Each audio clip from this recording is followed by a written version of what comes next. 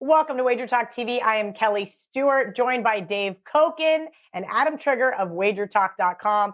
San Francisco 49ers, 5.5, 6-point underdogs, depending on where you like to shop, at the Green Bay Packers. Total 47 and even some 47 and a halves on the board. Adam, this is the game that kind of just perplexed me all week, right? Opens 4.5.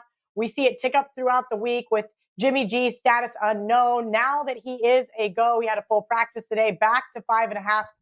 I'm all aboard this Green Bay train, if you will, but is 6 points, 5.5 points, still too much to lay? For me, it is. I've been all aboard the 49ers train for the last couple months. And my only other play, in addition to the Rams last week, was also a 5% play. It was on the 49ers, and they were the right side from start to finish in that game. I actually think the number here is a little bit of an overreaction toward Green Bay. We talked about Garoppolo. He's probably going to play. He should be fine.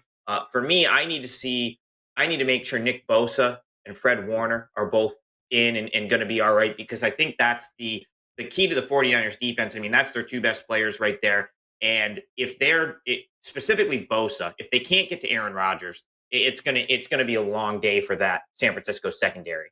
Um, the 49ers can stop the run, so the Green Bay is not going to be able to run on them. So it's really going to be about the 49ers being able to get pressure to throw Rodgers off, because as you guys know, if he has time, he's gonna find open receivers, and Devontae Adams will chew up whoever is trying to guard him. On the other side of the ball, though, I could see this being a decent matchup for the 49ers. They can run the ball. The Packers can't stop the run. George Kittle should abuse whoever's he's on, because the Packers typically don't defend tight ends very well. And I said this last week, and I'm still sticking to it. Deebo Samuel might be the best player on any team in the NFL right now. He's virtually unguardable the way they're using him, and I expect him to be a game changer here as well. So I haven't bet this yet. I'm kind of waiting to see how that injury info shapes up. I would need a healthy Bosa and a healthy Fred Warner probably to get to the window with the 49ers here, but not going to be laying 6 with the Packers, I'll tell you that. Dave, we have a couple of teams coming off a bye week, Packers being one of them. And I have a question in regards to handicapping first. Do you give that maybe like a numerical value, if you will? How do you quantify that as an advantage for this Packers team? I don't. And the reason for that is, in recent years, the bye week has been a big plus, but then you go back more years and it was the other way, where the teams that were off the bye weren't doing well. So I'm not a trend guy. I don't pay attention to that. I'm a matchup guy and a numbers guy.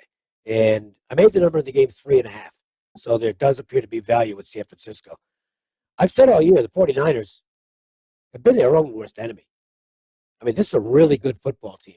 And they found ways to screw up games, oftentimes because of a Garoppolo pass that went directly to another guy. And even in last week's win against Dallas, he managed to throw a pick, which, had the game been closer, could have been critical.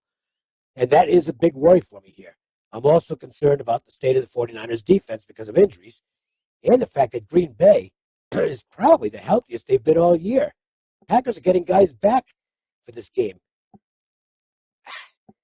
San Francisco is the only side I'd play, but at this point, I'm not willing to do it. The Packers might just be that good this year. I think you can make an argument that this roster is the best Aaron Rodgers has ever had there, including the year they won the Super Bowl back in 2010. They're just a dynamite team, and they're on a big roll. And I'm worried that they could put San Francisco away late in this game. If they force the 49ers to throw the football, that's where troubles begin for Jimmy G.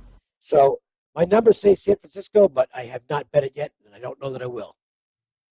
Interesting. Koken makes the game 3.5. I always have to respect his numbers. Adam has been on the 49ers for weeks, even though I wussed out on them last week and should have listened to him. Great stuff, as always, from these two, making everybody who pays attention better handicappers. Make sure you guys head over to WagerTalk.com. Check out all of the stuff they have up for sale, and head over to the WagerTalk YouTube channel and check out our other game videos.